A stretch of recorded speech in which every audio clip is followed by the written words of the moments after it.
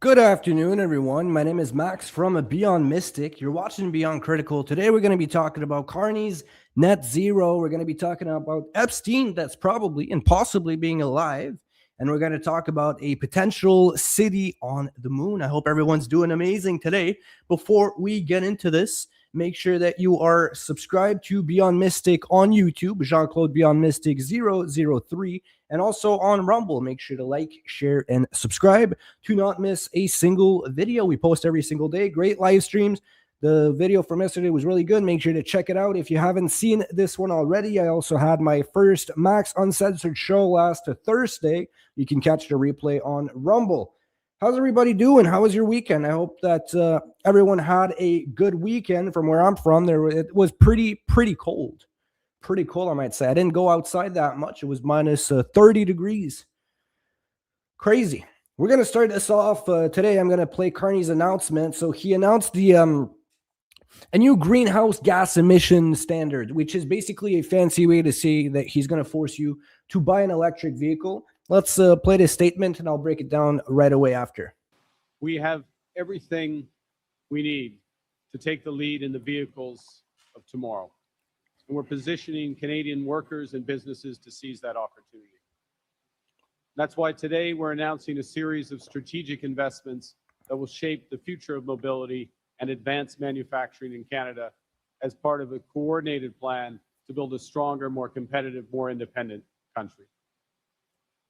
Our strategy rests on 5 pillars. First, accelerating investment in Canadian auto manufacturing.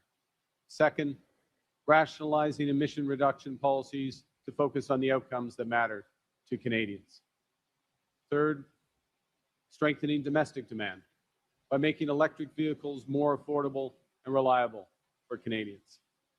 Fourth, establishing a comprehensive trade regime that strengthens the competitiveness of our auto sector. And fifth, protecting Canadian auto workers from the immediate word salad. I wanted to play the official announcement, but I'm obviously going to break it down because what he says doesn't really mean a whole lot. Yes, Yukon Jack, I'm on every Monday, Wednesday, and Thursday at 1 p.m. Eastern time. I'm glad you're here as well. So yeah, the greenhouse gas emission standard, like I said, it's a way to have a fancy way to force people to buy an EV. What he wants to do is essentially go from 10% right now to 75% EV sales per year by 2035. So it was at some point it was net zero. Now it's 2035, but he's also removing the mandates. He's investing as well in some net zero. Like we covered already, Brookfield is always part of those deals. I'm going to show you in a second.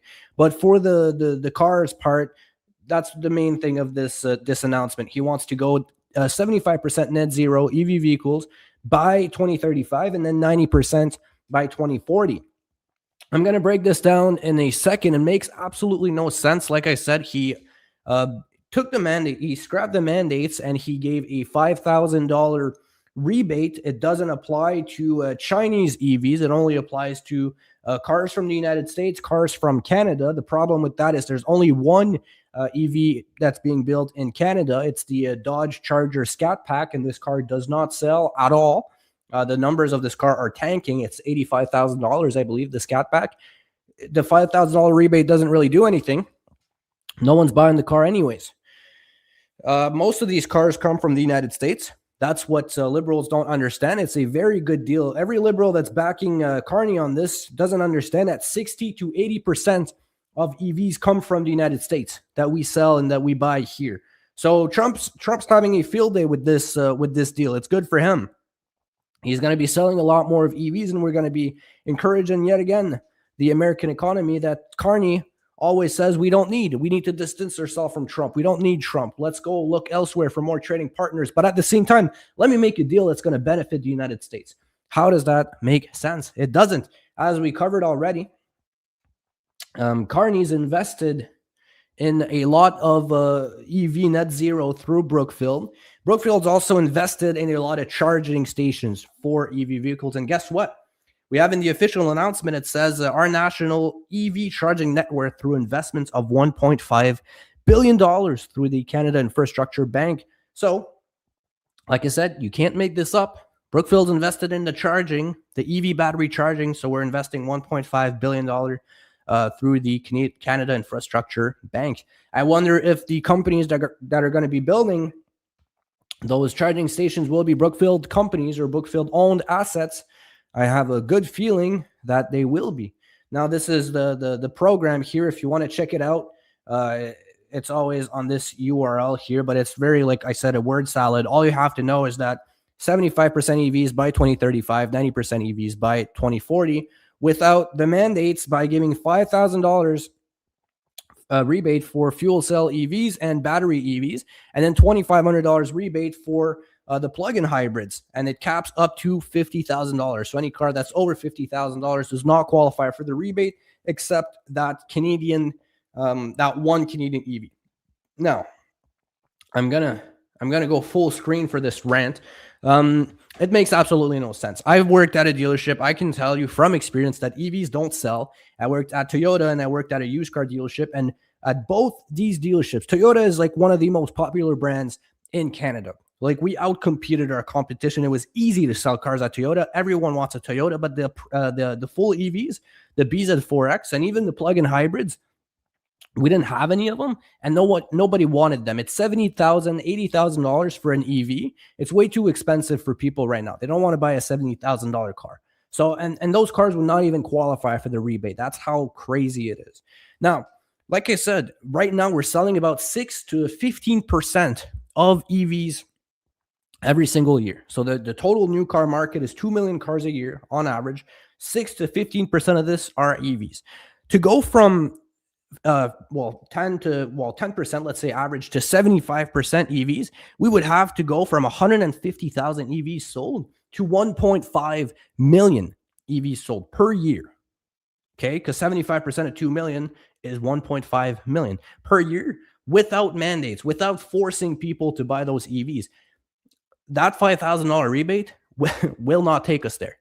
It just won't. There's no way it will. In the span of 9 years, there is no way. So he's hiding something. Once again, he's hiding something.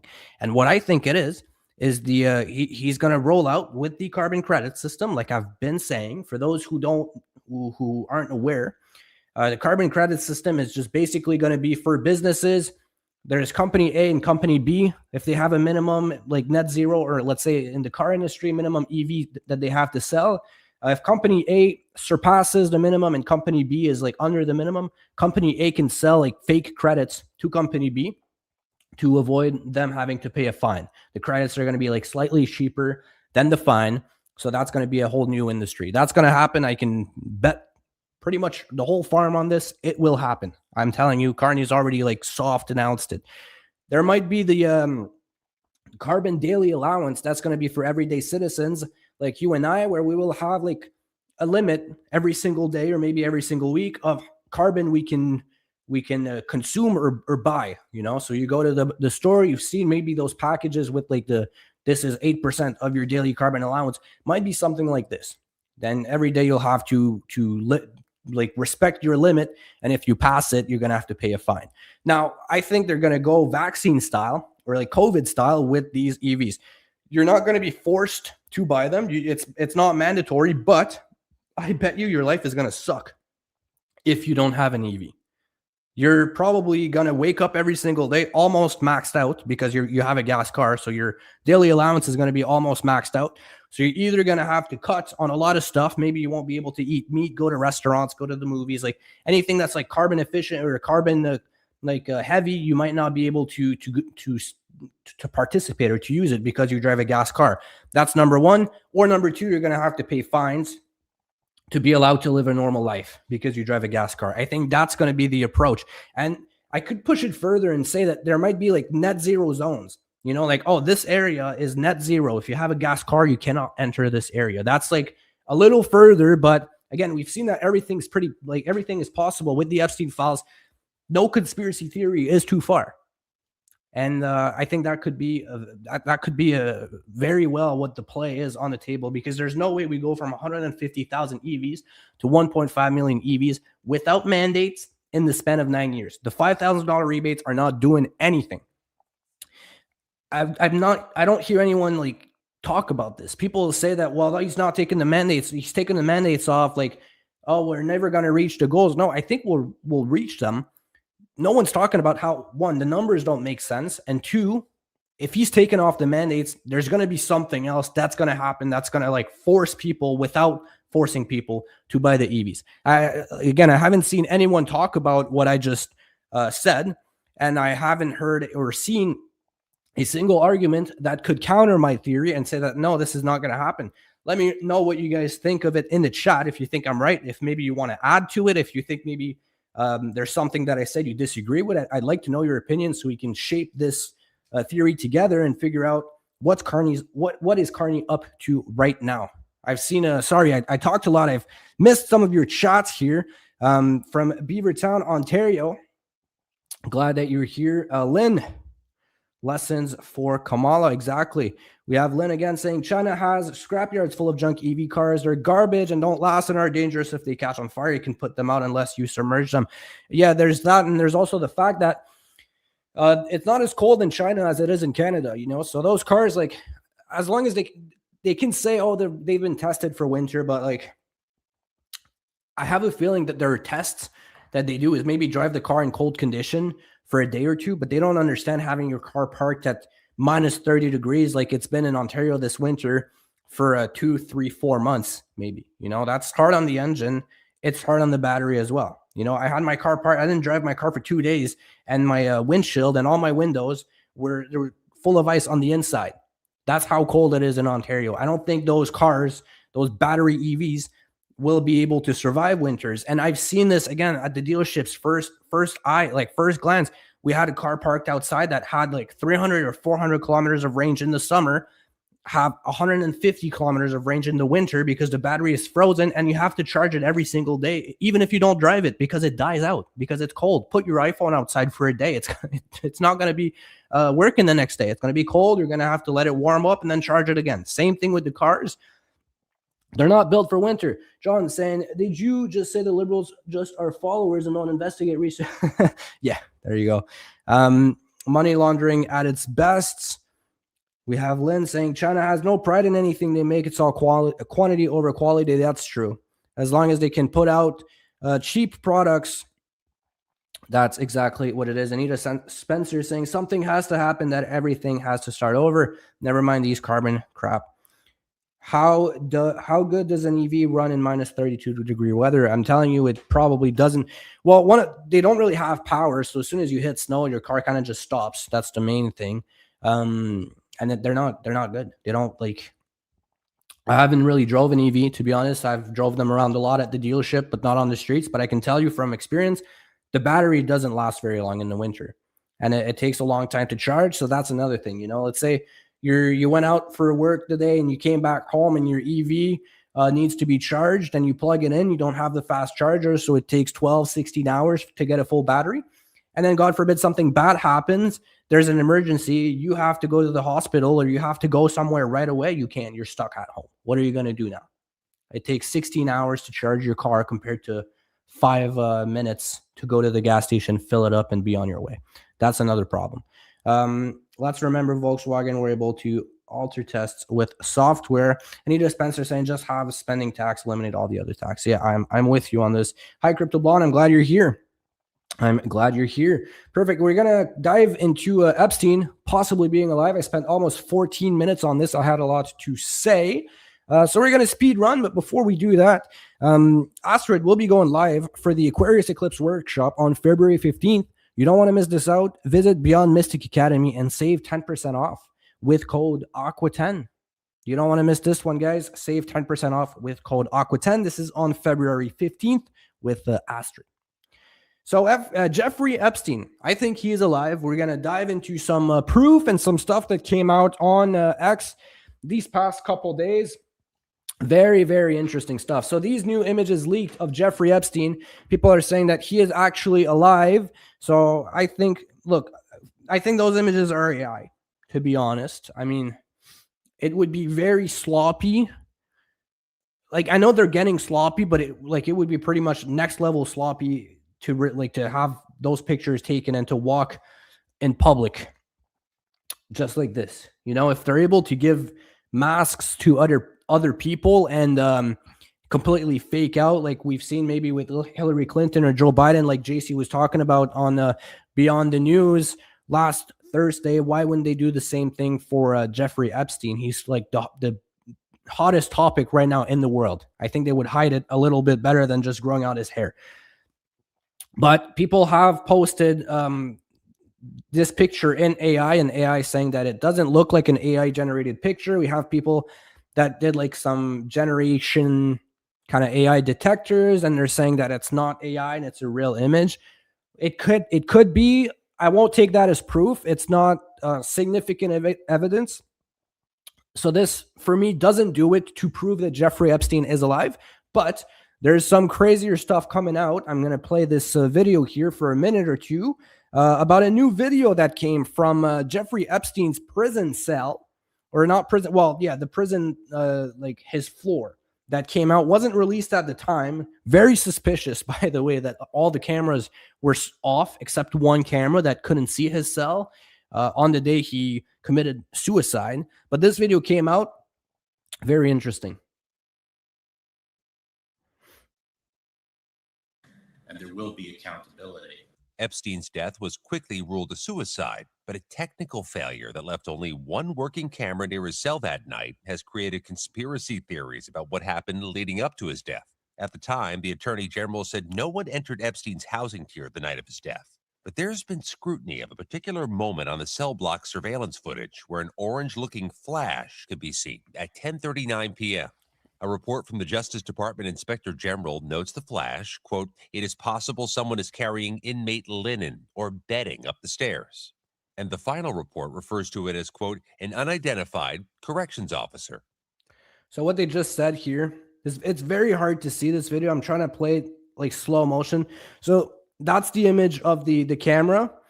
Jeffrey Epstein's cell is right here, the red cell. And that's the only camera that was working at the time. So what you see in the video is this left side of the stairwell here. You can't see the right side, but you see the left side. And the narrative at first was that this was a correction officer. You see something orange coming up that stair. They're saying at first that it was a correction officer walking with linen. So like the bed sheets that they use in the cell. But that's obviously not the case. I mean, this looks like someone walking up the stairs. You can see like it moves as someone walking up the stairs. It's not linen. It makes no sense. That was the official narrative. Let's keep watching. 9 p.m. A report from the Justice Department Inspector General notes the flash, quote, "It is possible someone is carrying inmate linen or bedding up the stairs." And the final report refers to it as, quote, "an unidentified corrections officer." But now, newly released Justice Department documents reveal an initial FBI review of surveillance video on the cell block says the flash could possibly be an inmate. And independent video analysts consulted by CBS News say the movement was more consistent with an inmate or someone wearing an orange prison uniform than a corrections officer. And prison employees tell CBS News it would have been highly unusual to move an inmate at 10:39 p.m. Jeffrey Epstein was found dead at 6:30 a.m. the following morning. And last year, then Deputy FBI Director Dan Bongino insisted, "There's video clear as day. He's the only person in there and the only person coming out. You can see it." So yeah, the official narrative was that no one came up the stairs. They never released that video because they deemed it was irrelevant, but it's pretty relevant to see that someone went up the stairs. It's clearly someone that went up the stairs. Why would an inmate, orange suit as an inmate, why would an inmate go up the stairs either by himself or escorted by a correction officer at 10:40 a.m. Now, I had some comments while this video was playing. Anita Spencer saying that could be one of his many clones. He must be somewhere else in the underground cities. That's highly possible. Crypto Blonde, Max, they're hiding anything they want to push through. That's true. Anita Spencer, he was too valuable to be to the cable and different section of the agency. He was a troubleshooter for finances, correct? Strange that official narratives are not to be trusted. Yeah, it's very strange that you can't trust what the mainstream media tells you. Now, there was another theory that came out at the time that was posted the same day on 4chan. It was posted the same day Jeffrey Epstein committed suicide. It said Epstein, well, this is just the post on X saying Epstein switch confirmed. The viral 4chan post from 2019 was real. ID Roberto, I'm going to butcher this, Yalva, I'm going to say, officer on duty. So someone posted a theory. I'm going to read it out loud in a second on X.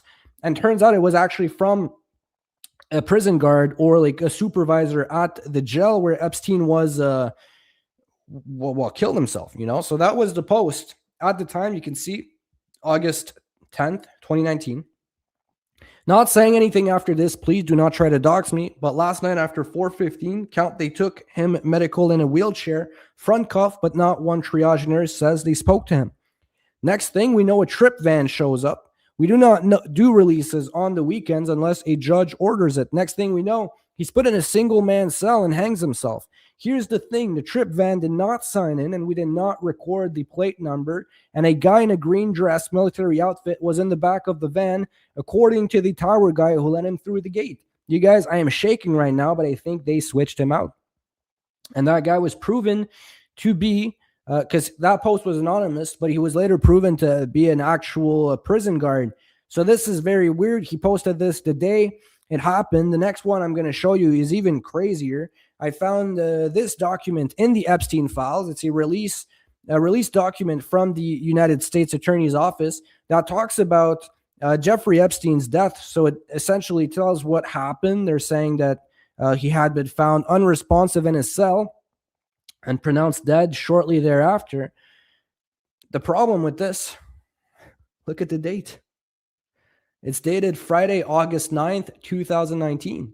Epstein was found dead on August 10th, 2019. They had that statement written before he was found dead. Now, this is the most damning evidence. It could be just a typo, but I don't think that the DOJ would let something like this slip in a document as important as it is. I'm sure there's more than one people that saw this document before it was released. How can you, I don't think you would miss the date. Friday, August 9th, 2019. How would you miss the date? Especially a date so important, you know, like when someone like Jeffrey Epstein dies, the two main things are when it happened and how. He hung himself on August 10th. That's what it is. So to write Friday, August 9th, 2019, you know, he even got the day wrong, which is weird.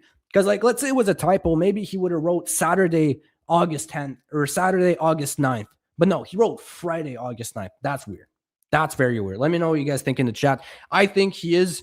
There's two possibilities. Either, I don't think he killed himself. That's for sure. He did not kill himself. He either died but was killed by someone and they tried to cover it up because maybe they tried to kill him to prevent more blackmail. Maybe they thought the Epstein files would never be released and that if Jeffrey Epstein died, the story would be over. No one else would talk. Maybe they were going to come after Ghislaine Maxwell afterwards. We don't know what's going to happen, but maybe they wanted to kill him to get rid of the blackmail and to put an end to this story. That's one theory. The second theory is that he is alive, hiding out in Israel somewhere. Let me know what you guys think.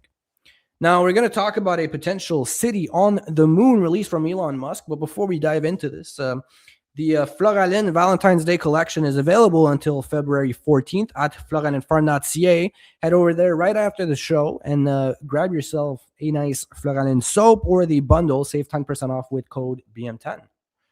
We're going to dive into this Elon Musk story now, but let me know. I want to see what you guys are saying in the chat. Epstein is definitely alive. I think so too. Listen, he might have died, but it's not a suicide. Regardless, I'm pretty convinced that he didn't kill himself. He either died because he was killed, ordered to be killed to protect something that maybe we know, maybe we don't know about, or likely he is alive. Anita, there is a whistleblower, Donald Marshall, that says he appears at the cloning centers nightly. That's possible as well. Please like, share, and subscribe, guys. If you haven't done it already, like, share, and subscribe to the show. It helps me out a lot. Thank you guys for tuning in. We're going to keep going now. Epstein is alive and well somewhere else. I think so. Of course, in Israel. It's always in Israel. It's always in Israel. I believe he was a Mossad agent, but that's the story for another time. Elon Musk posted a statement on X yesterday night. He said, for those unaware, SpaceX has already shifted focus to build a self-growing city on the moon, as we can potentially achieve that in less than 10 years. Whereas Mars would take 20 plus years. The mission of SpaceX remains the same: extend consciousness and life as we know it to the stars. It is only possible to travel to Mars when the planets align every 26 months, whereas we can launch to the moon every 10 days. This means we can iterate much faster to complete a moon city than a Mars city. That said, SpaceX will also strive to build a Mars city and begin doing this in about 5 to 7 years. So we might be going to the moon. Elon Musk is saying we are going to the moon in the next 10 years. This is a AI picture of what a moon base could look like. It's not a big story. I don't have an analysis on this, but I just thought it was cool. It's pretty big news for Elon Musk to come out and say that, like, yeah, by the way, in the next 10 years, like, we could be living on the moon.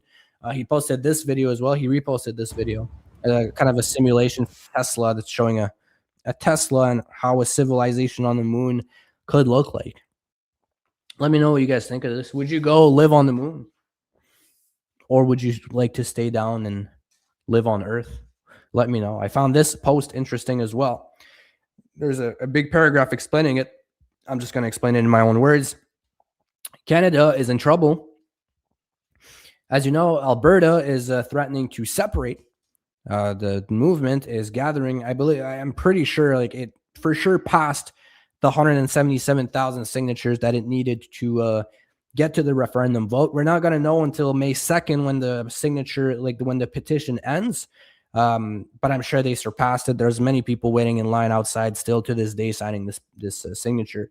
So that's the highest likely of separation, or at least getting the referendum vote. If that happens, Saskatchewan could follow closely behind. It says Saskatchewan is watching closely. Its separation movement is growing quickly, and polling support is already among the highest in the country. If Alberta reclaims its sovereignty, Saskatchewan will face an unavoidable question about whether remaining behind still makes sense. So if Alberta leaves, Saskatchewan most likely will leave. Now we have Quebec as well with the Parti Québécois that's high up in the polls right now. This is the separatist Quebec party, and they promised a referendum by 2030 if elected. So the election is in October 2026. If they win, there's going to be a referendum vote as well in Quebec. So that's 3 provinces that could possibly face departure of Canada. And then there's BC as well. BC, they're not really facing a referendum vote, but they're having issues with the land grabs. The First Nations are taking back a lot of properties. There's nothing that protects BC really in the treaties from the First Nation coming and taking their land. The claim is their land. So they're not losing their house right away, but they're having trouble selling their house, and it's just uncertainty to a next level. No one wants to buy a house that's on a property that could be taken by the First Nation. Same with businesses. People are selling their businesses, selling their houses, selling their hotels at a massive loss just to avoid the potential of getting kicked out of their house. So nothing's happening as well. It's British Columbia faces different but related reality with property rights under pressure and no viable constitutional path to protect them. Independence or fundamental constitutional change may become the only remaining option. Canada is not being pulled apart by extremists or instability. It's being outgrown by provinces that no longer benefit from the federation. Alberta is simply the first to acknowledge reality. That's true. Everyone says Albertas are like, they're extremists. They want to leave Canada, but there's a reason for it. Again, I said this in a previous stream.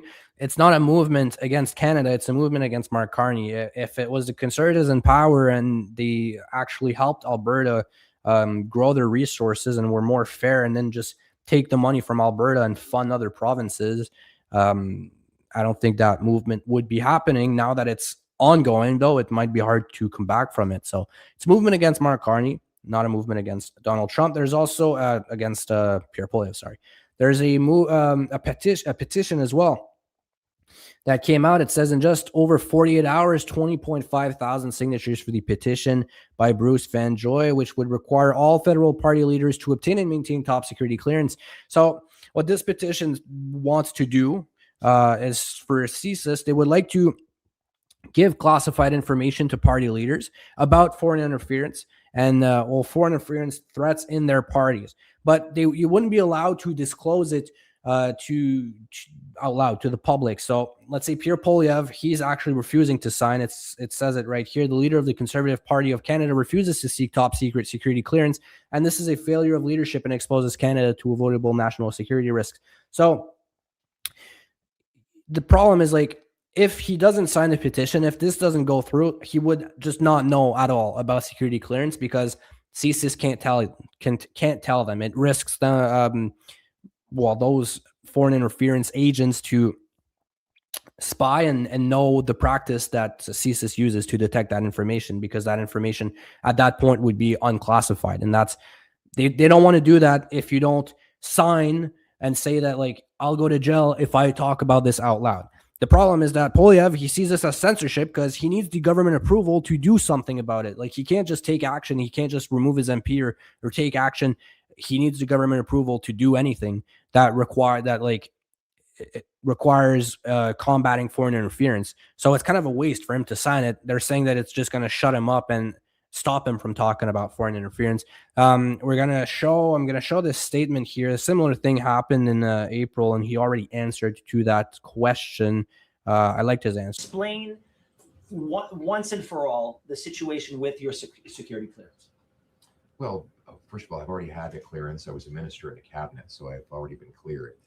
Secondly, what the Liberals have been trying to get me to do is sign an oath of secrecy so that I can't speak publicly about foreign interference without their permission, to get locked in to an oath of confidentiality, so that when an issue of foreign interference comes up, I have to risk criminal prosecution if I say something the government considers that it has briefed me on, even if I might have said it anyway. Explain once and for all the situation with your security clearance.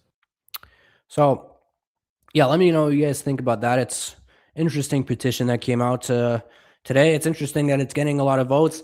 I'm still undecided. Like, if it is true that Polyev can only act on it if he gets approval from the Liberal government, then yeah, it's like useless to sign, because that's just going to censor him and prevent him from talking about foreign interference and act on it. Especially with the Liberals dealing with China. I have a story related to this as well. Jimmy Lai was sentenced to 20 years in prison. So it's this older gentleman here, 78 years old, sentenced to 20 years in jail. That's a life sentence. A statement saying, tonight, my friend Jimmy Lai was unjustly sentenced by communist China to 20 years in prison for the crime of daring to think differently from the CCP and refusing to use his newspaper to spread CCP propaganda. He ran a newspaper that was pro-democracy, and the Chinese Communist Party didn't like that. So Jimmy is 78 years old. He isn't a threat to anyone, and his sentence is surely a death sentence for someone his age. We will not forget that G and his thugs have done to Jimmy and so many political prisoners. Enough is enough. The world is watching, and we know the truth. Jimmy Lai is innocent, and he should be home with his family tonight, not in the hands of G's thuggish regime. That's exactly it. 78-year-old man will die alone in prison away from his family because he cares about free speech. And this is who Canada wants to identify itself with. You know, I post videos on Instagram, and I've always have comments when I talk about China from people saying that Donald Trump, it's safer to deal with the United States and Donald Trump than it is to deal with China.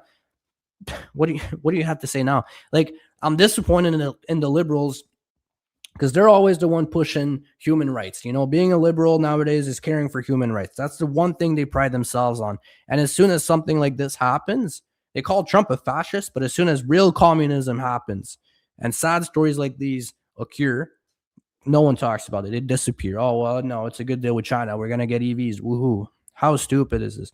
I'm going to go through the chats here. That was my final story. I'm going to read the chats, and then I'm going to head out for today. The British came in and surveyed the land and leased plots to everybody. Geez, eh? Yeah, I'm Dizzy saying, we are tired of Ottawa only wanting our tax dollars and not our input in policies. Well, that's exactly it. The government's calling Alberta. The government basically pushes Alberta away and then complains when Alberta wants to separate, which is double standards are crazy. Crypto Blonde, I thought people had already gone to the moon, and now we find they have never been to the moon. Yeah, there's a big controversy on that too. Did we go? Did we not go? It was maybe a plot to win the Cold War. It was maybe a plot for something else. Maybe we went to the moon for another reason. And now they're trying to cover it up, saying we didn't go to the moon. We have John Dizzle. Their 5 eyes are upon him. Wow, talk about censorship. Great censorship. Yes, Canada has already become a third world country. I agree. I said this in a video yesterday as well on my Instagram, MaxLamat_. If you want to check it out, I said that, yeah, mass immigration is a white replacement, and it doesn't work. And the only reason that there are immigrants that are coming here is to replace white people. I like the way I said it. I said that the guests come make themselves at home in our house, and we have to sacrifice our culture for them to feel at home. I love your outspokenness. Well, thank you. Thank you for commenting. Thank you for tuning in. Controllers really like to control. They do. Without control, they have nothing, guys. You have to remember that pretty much every policy that gets put out, everything that happens in the world where you're like, wow, that's fucked up, it's either for money or for control. If you start seeing the world where, like, when an event happens, you ask yourself, is this for money? And who benefits from this? Who makes money out of it? Or is this for some sort of control? That's all these people want, because they're either like crazy in love with money. They're billionaires. They have so much money, but they just want so much more. Or they're bored of money. And when you're bored of money, what do? Well, you try to have control over people. For them, it's like a game. We always see those like pictures where they're on top and it's like the puppet strings. That's kind of what it is. They're watching us from above, and they just kind of play with people for their entertainment. That's what COVID was. They just like launched a virus, and then, oh, let's see if they're gonna put the masks on. Let's lock them in our houses for 6 months and, prevent them from going out, all for fun of it, while we're just hanging out together, drinking on private yachts and living life in private jets. That's what it is. It's always money or control. So, guys, I'm going to let you go. Before I head out, to make sure that you are subscribed to Beyond Mystic on YouTube and on Rumble as well. Like, share, subscribe. We have JC and Janine coming on tonight at 8 p.m. Eastern time. They're going to be hosting their Beyond the News show, so make sure you tune in for this. Thank you for tuning in today. Thanks for that carbon tax EV story. Great stuff. Have a great one. Yeah, thank you for tuning in, guys. Again, my name is Max from Beyond Critical, and I will be live with you on Wednesday at 1 p.m. So make sure to tune in Wednesday and to tune in tonight for Beyond the News. Bye-bye.